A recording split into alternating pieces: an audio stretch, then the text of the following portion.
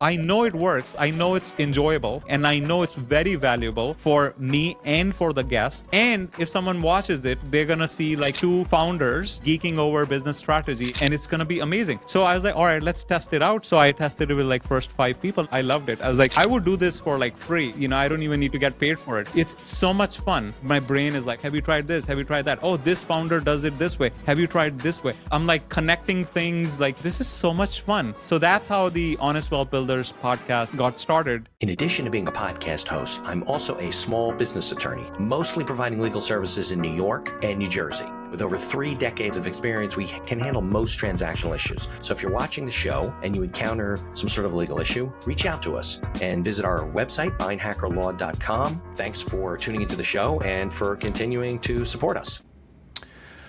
All right, everyone. Welcome back to another episode of the show. I'm Mitch Beinhacker, your host. Excited to have Abi on the show here today. We'll talk to him in a minute. I always remind everybody, if you're watching on your favorite directory, leave us a 5-star review whenever you can. I know sometimes you can't do that always. But if you can, please support the show. We are doing more and more video, building up the YouTube channel, getting people to follow us. So if you can, subscribe, like, share, do all those things so we can keep putting out great content. We've been doing it for 7 years, 400 plus episodes, and we're going to do some more today.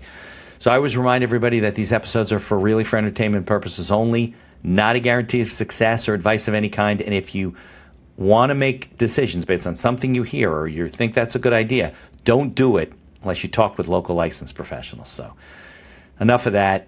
Abi, thanks for coming on the show. I forget, where are you located? I'm in Nevada. Nevada. Okay, great. So you're kind of in the, that's the West, really, right? It's not the Central. No, it is the West. Right. What's the weather out there? It's nice. Yeah. Like 70s, yeah. Oh, nice. That's mild for Nevada. Yeah. It's about 60s here. My son's in Fort Worth. It's like 110. Okay. So, yeah. All right. So why don't we talk, tell us your background first and your story. You could share that, and then we can get into some of the real estate stuff you're doing now. Yeah, I initially, born and raised in India, came to the U.S. for my higher education. After graduating, worked 9 to 5 for 10 plus years, got burnt out, wanted to do something in real estate, but did not want it to go in debt because we used to watch a lot of Dave Ramsey. So we're like, okay, so we want to quit our jobs. We want to start a side hustle in real estate, but we don't want to take a lot of debt. So that narrowed, is like, we can flip houses, we can do apartment buildings, we can do commercial. Right. Then we stumbled upon land. Okay. So we saw this, I read this article where this guy was sending out direct mail letters to people who were behind on taxes, on their tax bill. And he would send those letters and offer to buy those properties from them at like 30-40% on the dollar. Okay. And then list it on eBay and sell it. And they were just raw land? It was just lots? Just raw land. Nothing This is on like nothing on it. This is Arizona, Nevada, California. These are places where, like, middle of the desert, no utilities, nothing. These are like you can't outside. Even live there. You can't live. You can live there. I mean, you can, but it'll be like an off-grid type situation. Okay. So I was like, interesting. The cool part was that you can buy these properties for like sub $5,000, sub $10,000. Right, because they're small lots and they're not, right? Yeah. Okay. Yeah. I mean, it's not small. These are like 5-acre lots, but they're like middle of nowhere. Right. Yeah. It's nothing, right. So you can't do anything with right. it. Yeah. Right. So we're like, interesting. So he's able to do it, and I don't have to go into debt. I can just use my savings. Right. So I was like, all right, let's try it. So I sent out like 1,000 letters, and most people did not respond. So Abi, he was kind of teaching you the way to do it. Like, where'd you get this list of people to send to? That was your business development plan. So this is publicly available information. So if you buy property, you can go to the county assessor website and grab information. Yeah. Right. You have the name and the mailing address. You don't have the phone numbers. You don't have the emails. Right. But you can get their address. It's public information. And right? does it tell you that it tells you whether it's vacant land or it's a home? Right. Doesn't it tell you that stuff? Okay. Yeah, you can Is tell, there a and they stats? have a GIS, right? Yeah. GIS map, so you can Okay. figure it out. And then there are softwares you can use who pull it from. So if you don't want to do it manually, you can get a software subscription. They automate the collection process from the counties, Got and it. then you can just download it in an Excel. Like a mailing So list company. exactly, Okay. exactly. Okay. So yeah, so I just like, all right, I'll it's like whatever, 3 cents per record. So I'll Right. spend, whatever it needs to be, and I'll send this letter because it's not that much. So I sent 1,000 letters. Most people did not respond. Right. Some people who did respond, they're like, please don't contact me again. Right. And Well, yeah, I mean, taking not a big risk, but there's a risk. You don't know if this is going to work or not. yeah, yeah. Yeah. But the risk was really low, right? I Yeah. was like, well, it's not. We're just spending less than $1,000. Right. Okay. And but two people said yes. They're like, I've owned this. I'm not going to do anything with it. Just take it. So we made an offer. We're like, all right, we know it's going to sell for $9,000. We made an offer for like whatever, 3,500. They said, yeah, take it. So we got these two properties, listed it on eBay, and sold it in a couple of months. So it's like, it works. It works. The model works. So now we just need to do enough volume, like enough of these deals, so I can actually replace my salary. Yeah. So that's Okay. what we So, did. yeah. So this is strange. Okay. So who are these people? How did they end up buying these raw land that is in the middle of nowhere that you can't do anything with? And how is there a market? Like if Right. these things are just sitting out there and they can't do anything with it, how do you determine that somebody else is going to pay 9, 7,000, whatever for it? Right. Yeah. So it's not like no one can do. We think that they are useless, but there are people who have unique use cases. So Okay. they will bring out their ATVs, or they might build like a shed, like a storage thing. So they live like 30 minutes away. They don't want to pay like for expensive storage. They'll just buy this lot and then put something small people to do store their that? tools. Yeah, yeah, of course. People will like a lot of people. I mean, you know this. Like a lot of people retire. They retire and they buy this gigantic RVs. Right? You can't just park them on the street. Right? You're traveling. Right. Right? If you own your own land, you can absolutely, especially if it's like just for half a day or something, you can absolutely park it. So people like collecting as well, just like gold. People are like, well, I know it's useless right now, but I'm pretty certain 20 years from now, either I'll give it to my kids or I'll keep it myself in my portfolio. And 20 years from now, if there's like a solar play or there's like a utility company running new lines, and or a developer, like they're trying to build something, because cities grow, counties grow, Right. they Okay. annex more land, right? So a lot of these people are like basically speculators. They're buying Yeah. these lots, and then why these people want to get rid of them? They just bought them and nothing's happened. They're like, I can't deal with it. Right. So you have to pay taxes every Right. year, right? Yeah. And taxes, even though they're not much, it might be like a couple of $100s, but they do tend to go up, and they send you notifications. You have to pay them twice a year, right? So it is a little bit gets annoying if you bought it on a whim. You thought you're gonna travel to Nevada when you retire, and now you're retired, you're busy watching Netflix, and like, yeah, I'm not gonna go to Nevada, right? And Got it. so they're like, all right, I thought I'm gonna do something with it. I'm not gonna do anything. Just and the reason they're selling for or giving it away for like 50% off essentially is because no realtor will take these, because realtor make money based on commission, and Yeah, they for can't make any money. $9,000 they're gonna make $400. It's not Right. worth their time. Just the fact they go from a city to visit this property and come back, they just burned $80 in gas, Right. right? So they're not gonna They're gonna take do on that. this listing, right? Right. So it's essentially it is like a dead market. You the only way to sell this is either you try it on like Facebook Marketplace and hope someone buys it, or you submit to like, oh, we buy land kind of companies, which is us, or Right. you receive a letter in the mail. You're not even thinking about this. You're like, oh, I got this letter. They're offering this much. I don't want to do anything. I don't even know how to proceed. I don't even know how to deed it to another person. I'll just give it to them. Yeah. Okay. That kind of thing. But that's why you had to mail like 1,000 letters, only got 2 or 3 responses, because Exactly. plenty of people just ignore it. They don't say anything. Right.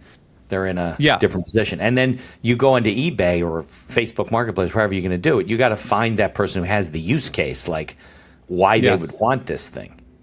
Exactly. So yeah, I mean, it sits there for a couple of months, and then when enough people see it, it's just like the law of numbers. Like enough people see it, and like if 3,000 people see the listing, one of them will be like, oh yeah, I can use it, or well, I collect land parcels, or I'll give it to my kids, or I'll give it to someone else, kind of thing, and they buy it, and like literally it has happened to us. Like we have done, like at this point we have done 750 plus deals, right? Wow. Bought and sold. Yeah. And even to us, it happens where we bought land and a utility company is like, oh, we're going to buy this from you if you want to sell. And we're like 5x or 10x our money. Every But I once mean, in it's a while. rare. Right. With a disclaimer. We started with a disclaimer, which Right. a disclaimer Yeah. is Well, you happens did rarely. 700. How many times did it happen on 700 transactions? 2 times. 2 times. Okay. Right. So that's less. Yeah. So Yeah. 7%. Very unlikely. 1% would be 7. So you're not even. Yeah. It's like a third Yeah. of a percent. Yeah. So it happens, but very rare, right? Right. So, but these are the properties that we just happen to have in the inventory at the time. So that is not representative of all 750 properties, because once we sell them and someone else owns it, now it could happen, Could happen to them. But there's no way for us to know, because Right. You just weren't the we're not owner at the tracking. time. Right. Right. Exactly. So Now, yeah, so it happens. Okay. Especially with like solar plays nowadays, like a lot of solar companies, they're trying to acquire a ton of land, Yeah. right? And then if you're just like the tiny parcel and there's like they already acquired like 4,000 acres around you, they're going to pay you top dollar to access your 5 acre. Yeah. Right? No, I understand. Yeah. I had a family once that had bought land, I think in one of the Dakotas. So like the grandparents bought this land in the Dakotas. It was like hundreds of acres, but it was very cheap. And now, because of like fracking and stuff like that, they're getting approached by these companies that want to lease the land and pay the grandchildren who have inherited these things some significant money. They're getting checks like every month from the oil companies that want the oil, whatever. Exactly. But I don't think the grandparents Exactly. knew that. Yeah. So mineral rights, that's a big thing. Yeah. Oil, fracking, all sorts of things. So yeah, there are a lot of use cases, and when we first started, we didn't believe it, but Yeah. when we actually started, marketing these properties, and people will talk to people, and we're like, wow, we didn't even know how much demand there is. Just like gold, right? Gold is not even producing anything yet. It's just. But there's a market price- for it. Yeah. Yeah, exactly. Similarly, like with land, there's a big market. It's just that it's not front and center because no one, there's no big corporation behind it. These are all small mom and pop shops like ours, because big hedge funds, the $9,000 property, $20,000 property is nothing for them. They go after like $500,000 houses, Right. Because they have like say 40 billion that they need to deploy. Yeah, they right? need to deploy. How do you deploy that into small lots all over the country? You'd never be able to do it. Yeah, they don't. So Yeah. that's how we got started. Okay. The mistakes we made the biggest mistake was we treated it as a side hustle in the beginning. Okay. Right? So we had 9-to-5 jobs. We'll be like, well, we'll do whatever we can. If a lead comes in, we'll respond whenever we can. We'll buy whenever there's opportunity. We were also started participating in tax auctions. Like when someone tax doesn't pay sale taxes. certificates, right? Yeah. So we were acquiring property through tax auctions, through direct mail, through online marketing, and then we were selling them slowly. And they were like, all right, we'll keep 20 properties in inventory at a given time. As we go lower, we're going to buy more, that kind of thing. So it was working, but it was slow. And the reason it was slow was because we were treating it like a side hustle. That was the biggest mistake, because we could have, it took us a long time to quit our jobs, right? So most of the land sells on owner financing. So people will be like, well, I don't have $15,000 up front, just like a car. I'll give you $1,500 down, and I'll pay you $500 per month for the next few years. So you're financing it. They're not using a bank. You're the finance guy. The reason they're not using a bank is banks also stay away from sub. What are they going 20, to 30. do? right. Well, they can't Yeah. foreclose them. What are they going to do with this lot? Exactly. Yeah. Plus, it's hard to determine the market value. There's not enough meat on the bone for them to, go after it. So banks are like, yeah, we're only going to deal with if it's like a farmland or like Right. big Hundreds of stuff. acres. Right. Yeah. Then we will come and fund it. Otherwise, you're on your own. So that allows us to, owner finance this land as well. So we started getting like this, although it's not passive income because it has an end date, right? Right. Unlike like a dividend stock which is forever. Right. So it's a semi-passive business model where we're getting this monthly income that keeps on growing. And we were like, all right, this monthly income, when it hits my wife's salary, she's going to quit. And since I was making more at the time, I was like, all right. And when it hits my salary, I'm going to quit. Okay. So as soon as it hit my wife's salary, she quit. And then a few years later, I quit. And then now we run it, like we're both employed by the business. So you basically have these streams of income that are maybe several years, and then it gets paid off, and then you got to just keep replacing them. Yes. So you keep. Yeah. But I guess your risk is small, right? Because if somebody's paying you $15,000 for the lot, you didn't pay $15,000 for it. You probably paid $5,000 for it. If you got Right. $1,500 up front, your loss could only be the difference between. Right. Yeah, and if they foreclose, we take it back depending on what state we are in. We might have to go through the court process, or we might have to just, take it back through. You've had to do that. non-foreclosure. You had to foreclose on properties. Yeah, I mean, the default rate is high. It is. I would think if you buy a property for $10,000 and you can't pay the $10,000, you must have some financial troubles. Yeah, so default rate is high. The good thing is like we allow people to not lose their equity. So if someone put in like $4,000 in principal payments and they stop making payments because they lost their job, we want to capture that LTV, lifetime value of that customer. So because there's some companies where like, well, you lost it, we're going to keep it. But we, let them have that equity and we're like, all right, why don't you come back and roll over that equity on a different property when you find a job? And that way we're able to increase our LTV. So stuff like this, thinking like a business owner, that's like the biggest mistake because we did not think like a business owner before when we were doing this. We were treating it as a side hustle just to get an extra income coming in addition to our W-2. Because, this CAC to LTV ratios, like cost to acquire a customer, lifetime value, these things we learned way down the line, like 5+ years in, because that was like the main reason it took us so long to cross like the 7-figure threshold. Because literally like the day we took this seriously, like especially when my wife quit and then she started taking it seriously, and then a year later I started taking it seriously, that's when we actually started making real money.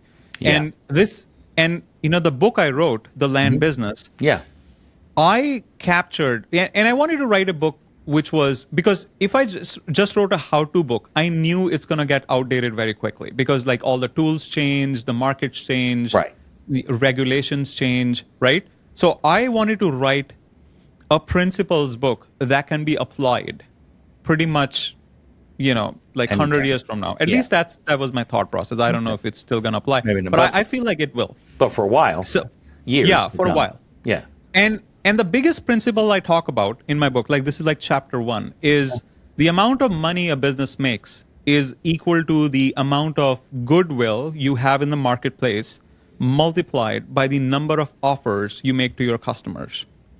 Right? So let me explain that with an example. Because it is, it is hard to understand if there's no context, right? So say I use this coffee shop example, right? So say we are in a small town, Mitch and Abi, we live in a small town, there's no Starbucks, we start our own cafes. Okay. And if someone comes to my cafe and they say, oh, I would like a small cappuccino, and I was like, all right, here's your small cappuccino, thanks for coming in. And, they leave.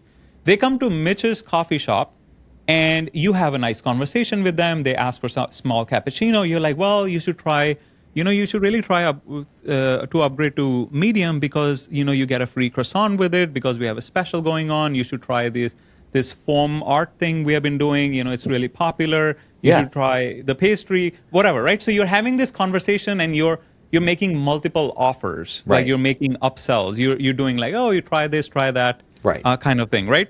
So assuming in the same town there are 100 people coming to my shop, my cafe, and 100 people coming to Mitch's cafe, you can imagine at the end of the year, if you are making 5 offers or 6 offers per customer, and I'm only making one, basically whatever they wanted, Right. you can clearly imagine that your revenue, if I made $100,000, you might be at 500,000 because you're making so many more offers, right? And the upsell offer that you're making is probably a higher ticket than the initial thing that they asked for. So if the coffee small cappuccino is $4 and you upsold them into a medium plus a pastry plus whatever, like croissant, that might you increase the cart value from $4 to maybe $16. Right, with a higher profit margin. Right. Exactly. So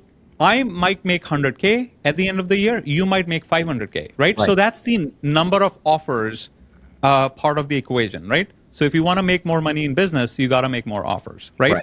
Now, there's also goodwill in the front, because if you do not have goodwill in the marketplace, like there's no trust, people don't know you, right? So like, let's say, same example, right? I just moved to this town and I opened this cafe.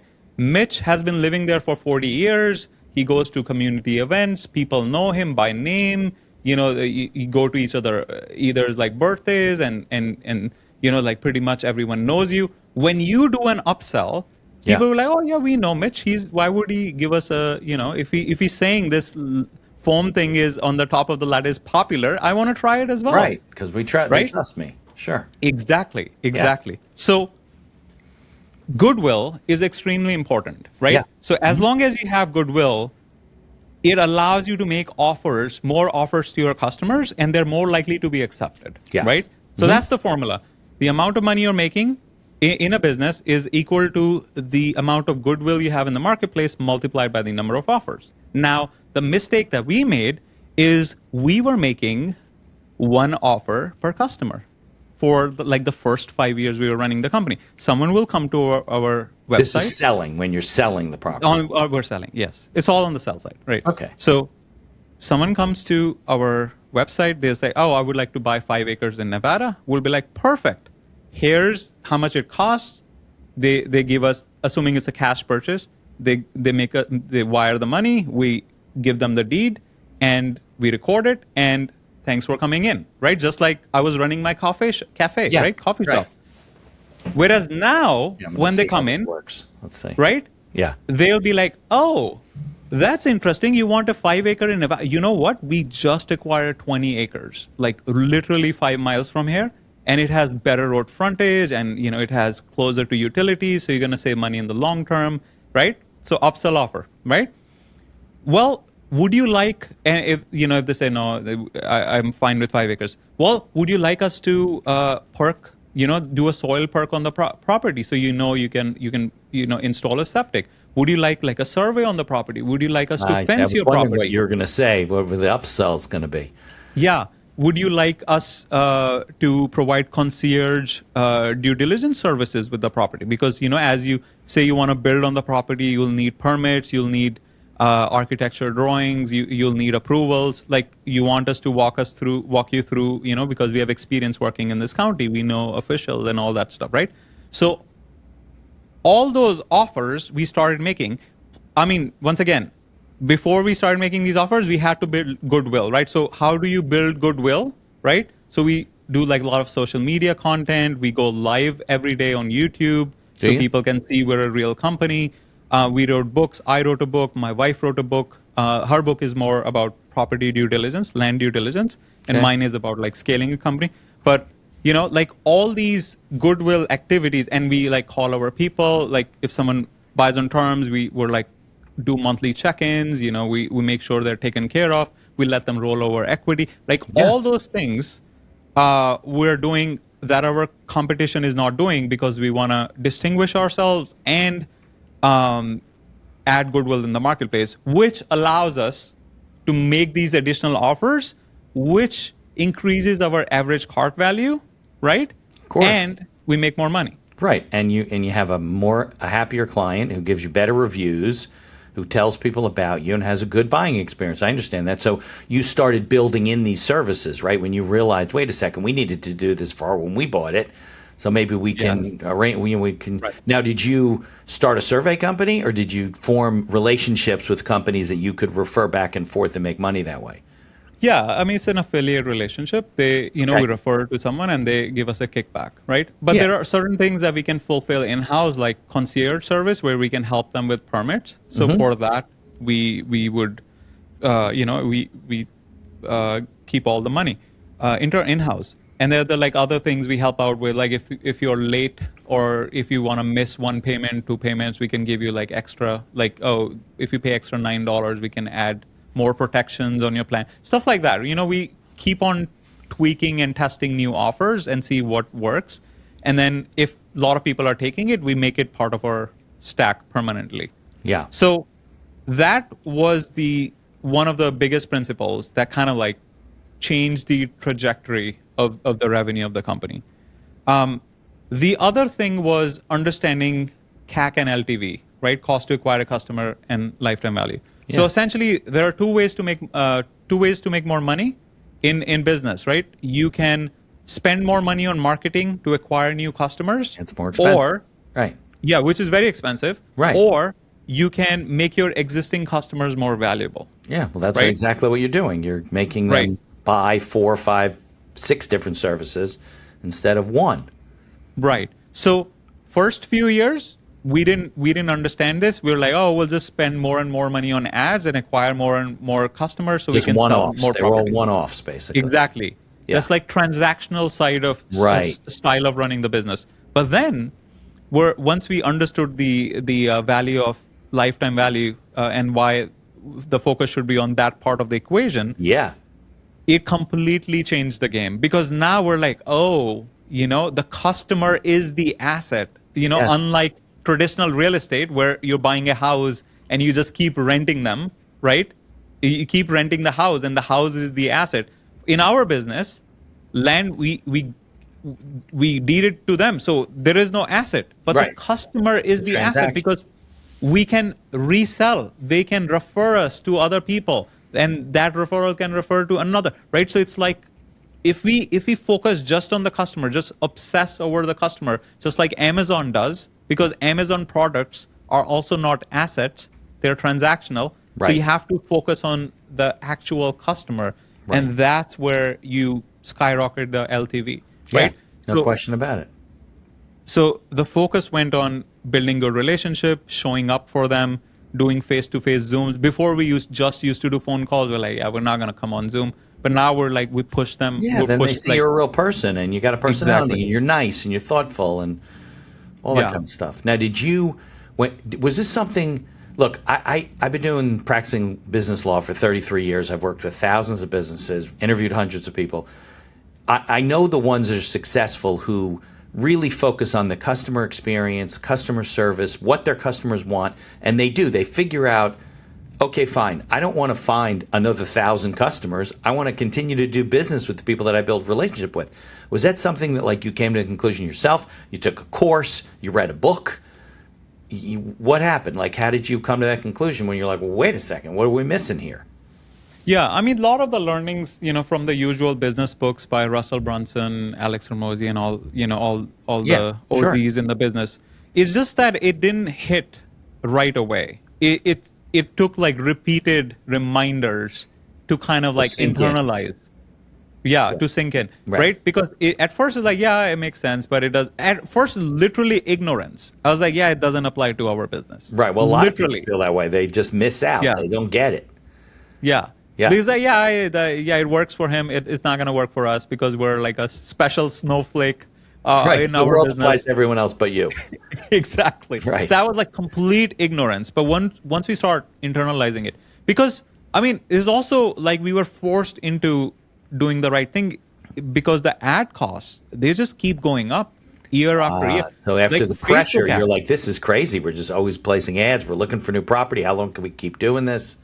Exactly. It's just ridiculous, right? Like Yeah. Facebook ads when we first started in 2018 versus 2026. Oh, they were like nothing Oh my in those God. days. Yeah. Now it's like Right. major expense. Right. Yeah. So it's just the CAC keeps on going up. The LTV keeps on going down because of more competition, right? If you're not doing multiple offers or reselling to the same customers, the profit margins keep on going down because as more people become aware of this strategy, they're like, oh, if Abi can send some letters and make 3x on do his it. money, why Right. can't I do it, right? So now, it's more competitive. So we used to make 3x, now we might make 2.5x, right? It's getting squeezed, and maybe few years from now we might go down to 2x or 1.5x, right? So how do we run a sustainable business that will last forever, right? So you have to focus on LTV. So you have to take care of your customers. That also means more work, right? Which some people are not. Like so I have a podcast as well. I literally interviewed my last person I interviewed. They're like, yeah, I'm not going to work more than 20 hours. Like that's There's it. no That's way. the most I want to do. Yeah. Life's a choice. I mean, that's fine. But you're right. You Yeah. hit it, you do it, you go on. Some people don't want to be bothered with. I know a lot of salespeople that do that. They don't come back. They're off to the next one. And if you don't, what's the word? If you don't create the stickiness in a relationship, Yes. it just becomes more work. You're working longer hours for less business, for less results. And the Yeah. ones that have really mastered the keep in touch, relationship with a client, because I'm sure even people, maybe you upsell them a couple of times for one transaction, but you'd like to do other transactions with them over their Exactly. lifetime and Yeah. stay in touch. Yeah, absolutely. Yeah. So so that was one aspect. Do make more offers to increase the average cart value. Yeah. But also referrals. That's a huge thing. Yes. So I had a founder on my show, and his company. He's been in business for like 40 years. He makes like 50 million plus. So I was like very fascinated. This is like the biggest guest I've ever had. Yeah. So I was like, I am like fascinated by what you have built. Please, let's draw a pie chart on your customer acquisition. Like, what are the sources? Where are these people coming from? Because Yeah, clearly, I'm always curious about 50 that. million plus, Yeah. revenue. It's like a huge achievement. And usually, I would have people who are making like 5 million, and they'll be like, well, it's complicated. I have 5% coming from Meta ads, 7% coming from Google PPC, 10% from referrals, 15% from podcast interview. Like they'll be like, we're going to spend like 15 minutes just to draw that pie chart. And this guy is like, Avi, we don't have to draw a pie chart because everything comes from one source. What? What? What are you talking about? You make 50 million. How can every one come from single source? That makes no sense. So it's like, what is that source? And he's like, referrals, word of mouth, like existing customers refer to new customers, and they refer to new customers, and they don't keep it. That's just like flywheel effect. And it's like, how do you do that? I want that. Like my referrals in my business is like 15%. How is yours 100%? That's absolutely bonkers. How do you do that? So basically he says, well, it's a mindset thing. You have to literally think of every client that comes in, how you can provide them more value, like delight them and provide them ridiculous amount of value where they're so delighted and they're like, wow, I They can't wanna tell believe you everybody, did so much. right? And then they tell the next person. Yeah. And then it repeats. And Yeah. after 10 years of doing this, you stop your Meta ads, you stop your Google PPC because you just have. He said literally, while we were talking, like I do 90-minute podcast. He's like, while we were talking, I got like 9 new leads. That are just coming in the door. People are calling them. Yeah, people calling, people emailing because they want to work with him, right? Yeah. And he has to like reject a lot of them because they're like unqualified. But yeah, that's the game. So like Coca-Cola, right? Like they spend ridiculous amount of like ads, branding, and all that, right? And then people, and once they come in, they're like stay Coca-Cola customers forever, right? And then they tell their kids, their friends, right? That kind of thing. So you want to referral is so powerful, and the only way you can build that the flywheel of referrals is if you focus on LTV and take care of your customers and over deliver on every transaction. Yeah, no, absolutely. Look, I think that's the nirvana, right, of being the business owner where everyone wants to come to you and everyone tells everyone else to come to you. But I think in reality, and that's why this guy's a unicorn, right? It's not that easy. I mean, you have to work at building a system. And look, I tell colleagues of mine who are lawyers too, they're terrible at this. I get probably I get a lot more than 15%. I might get 50 or 60% of my business from referrals, from doing a good job, but it comes from networking, building relationships, staying in touch with people, sharing information to them, getting them on my mailing list, things like that, and getting reviews from clients.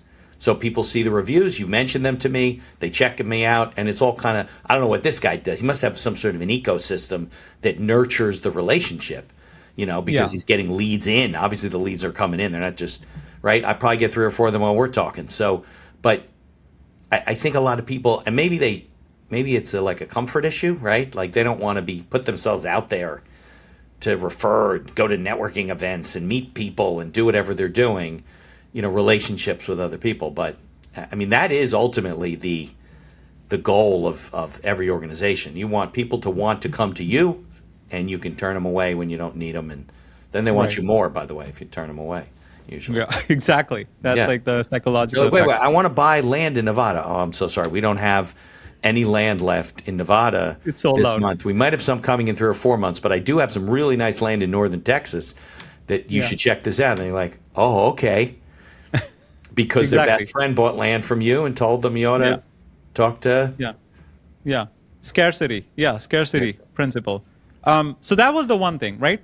Focusing on the lifetime value, increasing LTV, because CAC, cost to acquire customer, keeps on going up, right? Yeah. So that was the big learning. The second big learning was sales. So I come from computer science background. My wife comes from architecture background. So we had like zero sales no sales overlap. experience, right? Right? So we had to learn the hard way because we literally had no idea what we were doing, right? So we, after a few years, we're like, all right, we should take this seriously. So we started taking sales trainings and whatnot, courses, online Still courses. in part-time though, right? You're still working. Still part-time, yes. Right. So pretty much every sales training I took, they were teaching about one thing, which is objection handling. When you're on a call with a lead and you're trying to sell something, they're like, oh, I don't have the money. Oh, I'm not ready. I need to check with my wife. I'll think about it. How about you call me in a month? That kind of thing. How do you handle these objections, right? So that was like pretty much the extent of most sales training. Right. But after doing it for a while, what we realized, the biggest thing that moves the needle is speed. Maybe you're getting your calendaring from one software and you're invoicing from another. Even it was a platform that we use as one of our sponsors to run our entire business. And there's other features like auto payments and integrations with QuickBooks. Visit evenue.com, EVONUE.com to learn more. There's also a link in the show notes. And be sure to tell them that the Accidental Entrepreneur referred you. This podcast is brought to you by our affiliate sponsor, iEmployee. iEmployee is a virtual assistant service that hires almost anyone for any role in your company right out of the Philippines. Most roles range from $7 to $9 an hour for highly skilled and experienced VAs. And whether you need an executive assistant, social media manager, video editor, customer service, sales, you name it, they have it. We use iEmployee for our VA services, from editing and promoting the podcast to all the PR and promotion of our law firm. iEmployee acts as a virtual field supervisor on the back end with live video monitoring and reports on a daily basis with screenshots of your VA's workday, and along with complete HR and payroll duties. No more paying for overpriced and underqualified workers. There's a link in the show notes to get a 1-week free trial, and I encourage you to take advantage of it. So, and the way we found out was we had this potential buyer. Okay. He submitted a request, like filled out a form on land.com that I would request more information on this property. And we reached out to him next day. It was like 7 p.m. We reached out next day, 9 a.m. in the morning. And I was like, oh, yeah, I already bought land. I was like, what do you mean? You just submitted 7 p.m. I submitted like 15 requests and one person came back and I signed the contract. So thanks for calling, but I don't need land anymore. And my brain was like, whoa. Yeah, no, things Right? move very I get sometimes people call me about an attorney. I get back from them in 2 hours. They go, oh, I'm sorry, we hired somebody. I'm like, you hire somebody in 2 hours? I mean, at some Yeah. point you make yourself crazy and you can't. I think that if somebody sends you a thing at 7 o'clock at night, getting back to them the next morning is beyond reasonable. Like, Exactly. Yeah. you don't need to fight more than that for a piece Yeah. of business. That was a Right. little extreme example, right? No, but it's just crazy. Like, so it depends on the land as well. If it's like a cookie cutter desert square that like 50 other sellers are selling, right? So Yeah. it depends. So we have services where, if it's between like a certain time frame, we try to respond within 60 seconds because 60 we're like, seconds? yes, we used to be 5 minutes and now we're down to 60 seconds. Although this is our goal. Sometimes there are like 5 leads at once and there is no way we can respond in 60 seconds. Right. But that's our like, so I have a team of 18 people now, mostly offshore. So it's my wife, me and my wife in the You US. mean the team's offshore? Yeah, the team is Yeah. offshore. So 16 people in the Philippines. And they are like, half of the team is like on the sales front office. So if a lead comes in, they're like calling back right away. You put something on the website, it goes to them, boom. I got to say something. I just recently was looking at my auto insurance and I was like, you know what? Our auto insurance has been creeping up. So I go on this website to get quotes and it comes back and it says this one company is the lowest quote. And I was like, all right, so I got to look it over and see what the quote like. I can't tell you within, like you said, 30 seconds, I'm getting Yeah. text messages, phone calls from the other companies, the ones that they said were too expensive. And Yeah. they're emailing me, texting me, hey, listen, this is my last, but I figured I'd check with you. You're still in the market for that. Unbelievable. And probably a lot of it's AI now, right? Where it just automates everything. But you're right. I guess depending on the industry, if you got somebody that's looking to buy, that's like on fire, right? That's a lead that is on fire. Yeah. So you want to like get there. It's not like somebody says, hey, listen, Abby told me to redo my wills and we want to make an appointment with me and my husband for a couple of weeks from now. Can we do that? Call me when you get a chance. It's not like that. This is like, I'm going to buy this one particular piece of land. Will Yeah. you sell it to me? So I'll tell you why these big companies are calling you within 30 seconds. Yeah. So there was a study done, and don't quote me on the numbers because I don't For remember those the exact listening, numbers. don't hold you. Right. Got it. Good thing we started with a disclaimer. Yeah. So if you respond to lead after 60 seconds, you lose like 80%.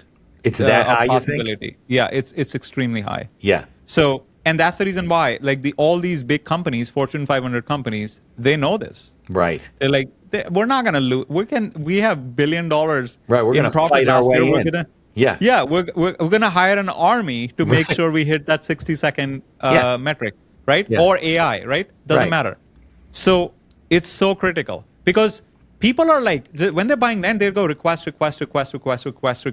and if I reach out to them and I start a relationship and we have like a 30-minute conversation, we book a follow-up call, right? And we send them information and, they checked out our website, they looked at our live streams, right?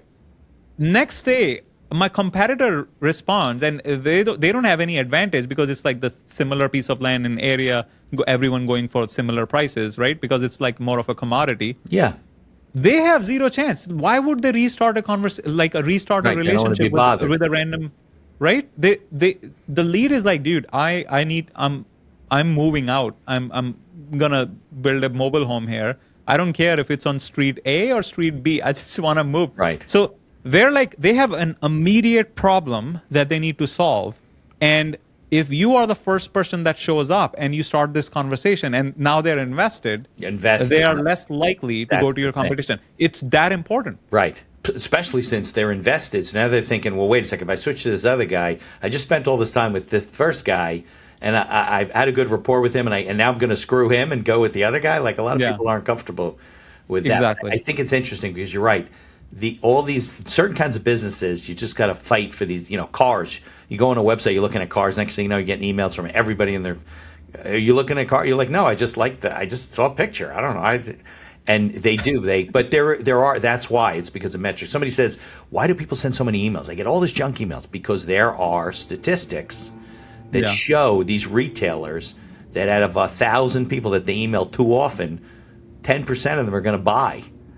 Yeah. So they It's don't. a numbers game. Yeah, it's a numbers game. It's a numbers game. As opposed to there's other businesses that are not like that, where you can build a different kind of business. So you've really become a student of, really doesn't matter what you're selling. You become a student of business and how do you build a business. Right. So, and that's so this all started when my wife and I, so we have like the Honest Wealth Builders YouTube channel where my wife and I, so we have our company YouTube channel where we do live streams about the properties. And then we started another one where we're just like brainstorming, how do we improve the business kind of thing. So we would do live streams and we would discuss all these strategies that I'm like learning from books, what she's learning from books and from clients and talking to other investors and from masterminds. And we would do brainstorming sessions. And, and there like, a lot of things would come up because literally like we're like running, we're like running with our chicken with the heads cut off kind of thing, like every day dealing with fires. And these live streams between my wife and I were the only time in the day where we're like 100% focused on just working on the business and not in the business. Good, you did that. Right? 'Cause a lot of people don't stop to do it. Yeah. So we're doing this like 2-3 times a week for an hour straight, blocked in the calendar.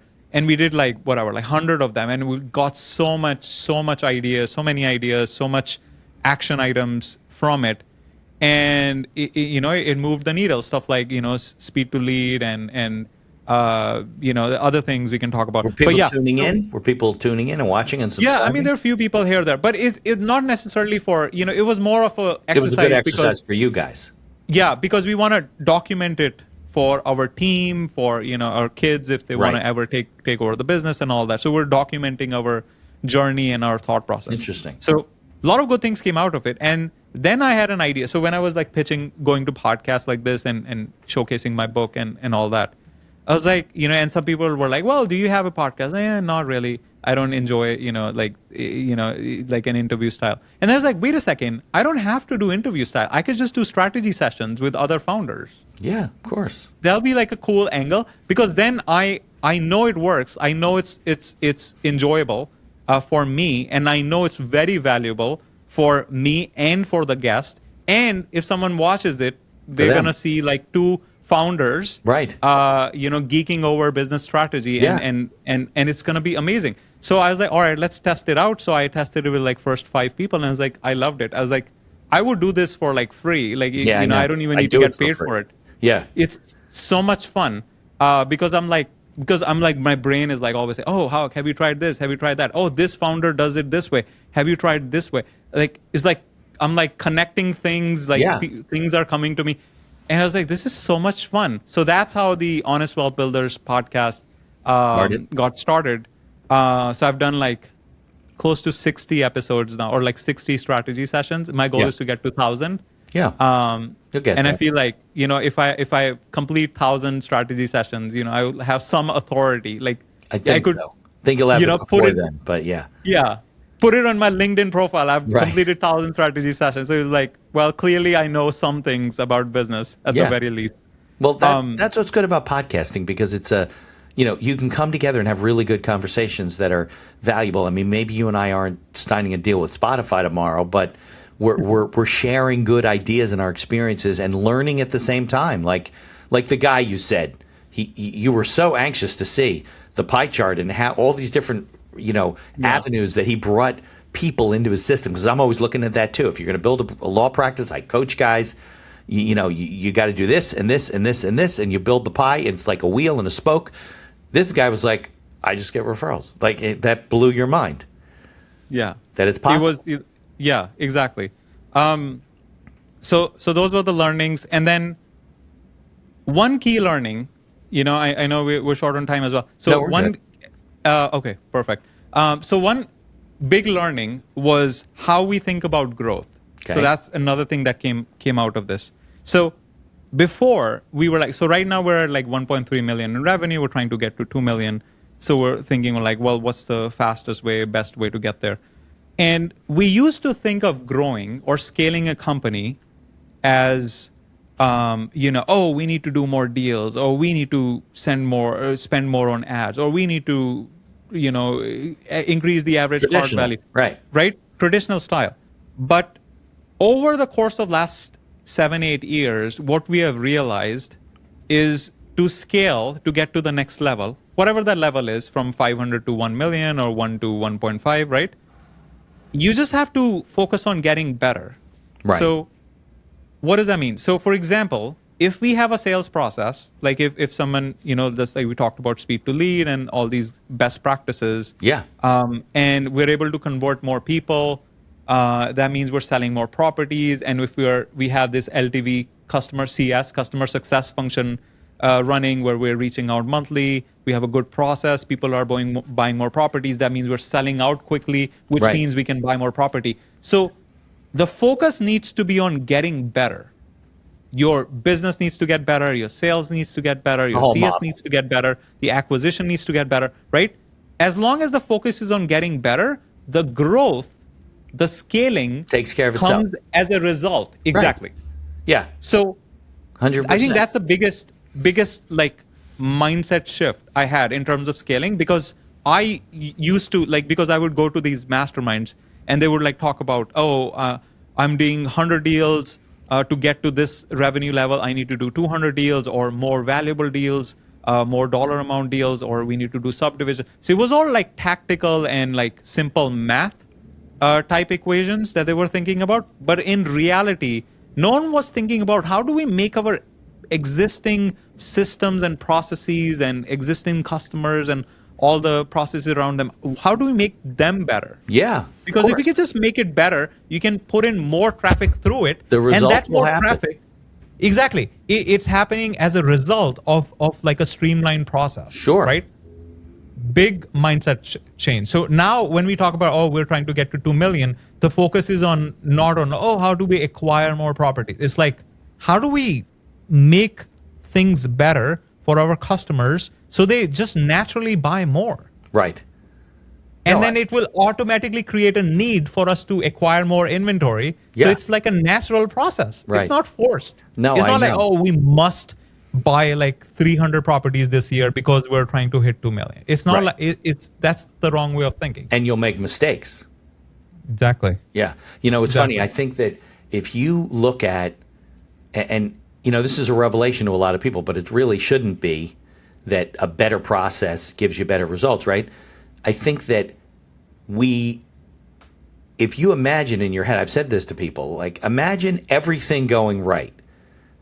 You're doing your marketing, you're meeting your people, the business, the leads are coming in, you're following up, you're converting, you're doing this. What are the results? And they said, oh my God, we would be 7, 8, 10-fold of what we're doing. Well, there answers your question right there. It's all about the process. It's all about the customer experience. It's all about, how you show up. Even if you don't sell online, right? They check you out anyway, right? So how you show up and how the whole kind of system works, because the results will be you'll make more money, you'll make more sales, you'll increase your revenue. The goal, that shouldn't be the goal. The goal Right. should be, make your company the best it can be at what it does. Right. For whatever you're in, whatever industry, and the results will follow. I mean, they have to. Exactly. Or else you're Yes. not the best you can be, right? Yes. Right. So because otherwise you're just chasing those dollar amounts and you're focusing on the wrong metrics. You really Right. need to focus on making your product, whatever it is. It might be a service, might Right. be processes. Just make them better. Right, and then your decision making becomes really bad Right. when you're Yeah. right, because then you're going to start buying properties that really shouldn't be buying because you're not following the process that you were using to make the decisions to close the clients and all this type of stuff. And next thing you know, you're like, I don't understand. We closed 3 times as many properties, but we're losing money because you're Right. doing something wrong. Right. Yeah. So we talked about sales, we talked about business strategy, we talked about the mindset on how to think about growth. The final thing I would mention is, so I have 40 principles. So I'm just putting highlight the best ones. Yeah. So we can Right. And condense. we'll put a and try link to in the cover. book. We'll put a link to the book in the show notes, and people can check it out. Absolutely. Perfect. So on the hiring side, so when you're building a team, a lot of times people will be like they will take shortcuts in the interviews. They're like, oh, I just want to backfill this role, or if someone leaves, they're like, I just want to backfill this role. I don't want to interview more people, this and that, right? But what I realized, so building a team of 18 people, we started with just me and my wife, right? Over the last 8 years, we have realized that if you want to build a strong company, you need a strong team, right? And for you to build a strong team, that team needs to get stronger over time. So when you hire a new person, whether it's a backfill or it's a genuine need for an incremental hire, you have to make sure the average performance or the average IQ, EQ, whatever you want to call it, like the average performance of the team goes up with that additional hire. Yeah. Because a lot of times we were like falling into the trap. I was like, oh yeah, this person is good enough. I think they'll be fine enough. But are they better than 50% of your team right now? Right.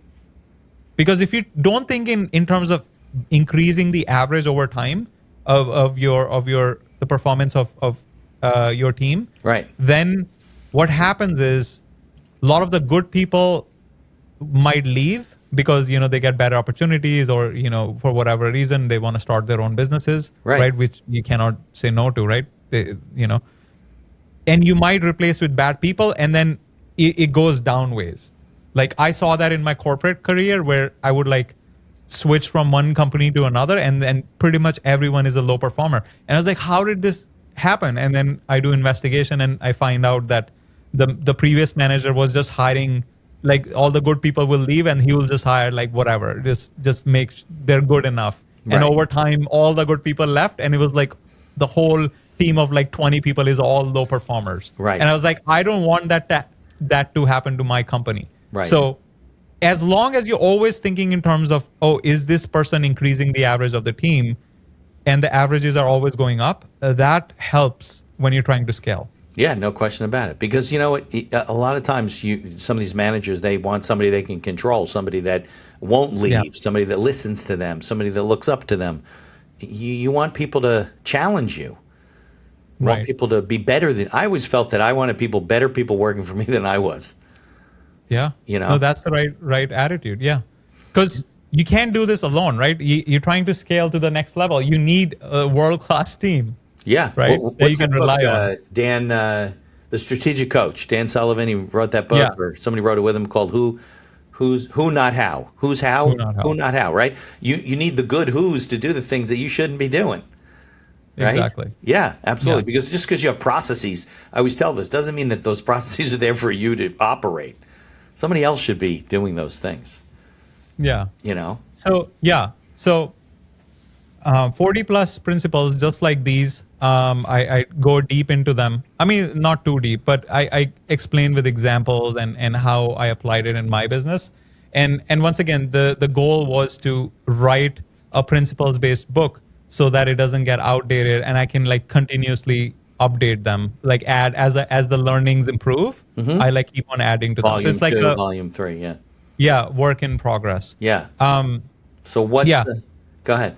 Sorry. No, and on the I was thinking about the content side as well. Another tip or a framework to think about when you're producing content, because a lot of these days everyone is on social media, and we used to make this mistake a lot, where we're trying to produce a piece like evergreen content, and we'll just think of a topic and just like write a script and record it. But what we really found is that if you want, when you're doing producing a piece of content, you have to be intentional about it and think of it as a lead magnet. So make sure that it's solving a narrow problem, or it's providing a complete solution to a narrow problem as part of that video. Like if you're doing a YouTube video, you're like solving that. It's like, just to give you an example, so we recently did a video on like, we buy this in this particular county in Florida,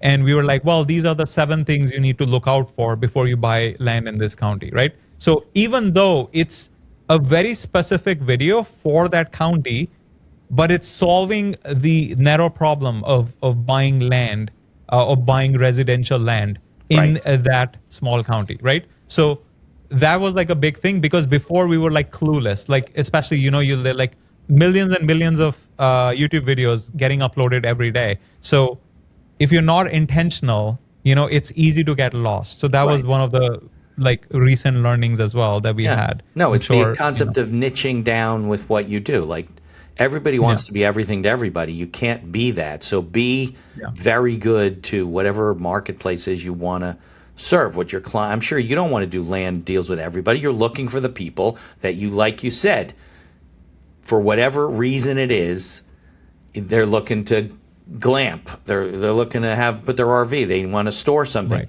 That's not a huge marketplace. You want to find those people and not try and sell something to everybody. That's like selling something to nobody. And I think people miss that. They think their business is going to decrease by niching down and being very specific about what they do, but it's actually the opposite effect. Opposite. Yes. Yeah. Perfect. It's the opposite effect. Yeah. The more dialed in your avatar is, right, the better your marketing copy will be, because then you're targeting very specific type of person. Right. Right. Very intentional.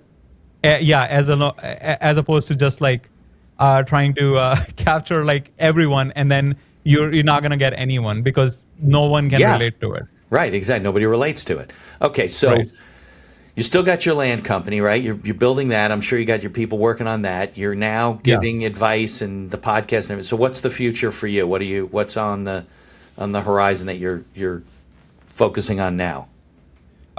I mean, we have one goal to scale the company to as high as possible and use our learnings from the podcast and document the journey. But from the business goal is to, get to like 10 million plus in the next 4 years. That's the goal. And then what do? Do you sell the business? Is it saleable?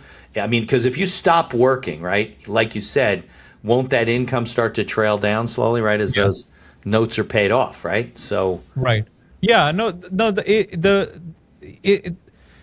goal is not to sell the business. The goal is we're at this point where we don't actually need more money. It's more of a game now, right? Because we have enough, right? And we don't have like we're not like luxury chasing people, right? We're happy with what we have. So now it's become a game. It's become like it's like almost like playing a video game, and the scores are the revenue we generate every year. So if tomorrow you liquidated your portfolio, you took those notes, you sold them off at a discount, you'd be fine. Oh yeah, more than fine. Yeah. So now it's become more exciting, because now it's not about survival. It's about the pressure. We're playing for fun. Now we're just seeing how far we can push it. Yeah. So that's the goal. So it's interesting, your piece of advice at the beginning. So you think that if somebody's trying to move a business ahead, that in most cases, and they may not have a choice, right? But in most cases, if it's a side hustle and they're keeping a job, it's just kind of holding them back from bursting out, right? From really starting to reach their potential. But some people, unfortunately, they're either afraid or they just can't take the risk. Right. So, I mean, once again, there's nothing wrong with side hustle, right? You can run it as a side hustle as long as, I mean, in some ways it's much safer, right? Entrepreneurship is risky. It's very risky. You have to, especially if you're more of a lifestyle style person. We're like, well, I don't want. That's why, like, half the people on my podcast are like, I don't want to work more than 20 hours. Right. Well, and if you're successful, you can do that, but not at the beginning. Yeah. I mean, it's a misconception. A lot of people who, like, I do mentorships as well. Like, if someone trying to quit their jobs and get into land, and they think it's going to be a less work. Like, entrepreneurship would be less work. He's like, I'm working like 60 hours at my job. I'm ready to quit. I just want to, start a business where, I can scale down to 30 hours.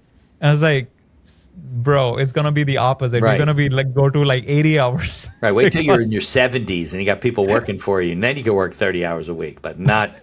You'll be, and that doesn't include when you wake up thinking about it in the middle of the night because you have something on your mind and you can't fall back to sleep because you're thinking of all these things you got to deal with the next day and who you got to, and all those kinds of things. You literally eat, sleep, and drink your business. That's just the way it is. So if that's not for you, I always tell people, not everybody should be in business for themselves. Not everybody should be an entrepreneur. If you got the stomach for it, if you got the the go-getiveness, is that even a word? The perseverance, the Yeah. interest in learning from people like you and other people, right? Because you learned from other people and you started putting it Yeah. together. It's out there. It's not a secret. It just, Right. the secret is that it's not a secret. That's the secret. Right. So you just got to It's- spend the time learning. Yeah. I mean, it is, yeah. Anyone thinking of switching to entrepreneurship, I would say expect more work, not less work. lot And that more. is required for you to be successful. More in the work, long more term. stress, less sleep, more, at least in the early days. You can't ever take off Yes. unless you run fast. Exactly. It's just That's the the way it is. exact analogy I use. Like the plane, it needs to, reach the escape velocity Yeah. or whatever to take off. Right. Right. Planes don't just kind of go like this and all of a sudden they take off. It doesn't work that way. It's physics. Yeah. It applies Yeah. to business too. So the podcast is Honest Wealth Builders, right? You can find it on YouTube and any audio versions too. Yeah. Yeah. Everywhere. Okay. And the Apple, book is Spotify. on Amazon. We'll put links. in Right. So show the book, notes. the land business, that's on Okay. Amazon. The land business. Yeah. Is that also in Audible version? You read it? Not yet. I'm still tweaking it. Yeah, I did that for my book with a co-author. It was a nightmare. It took us a long time. It's a lot. You don't realize, like, you could read a chapter or two of your book. Try and read your whole book out loud. Yeah. Your mouth will get dry. You got to come back another day. Your voice gets. It's a lot. So okay, so the Yeah. book's on there, and then what's the best way if people want to connect with you and see what's going on? You're on LinkedIn. Yeah, I'm on LinkedIn. Yeah, just under Abi Asija.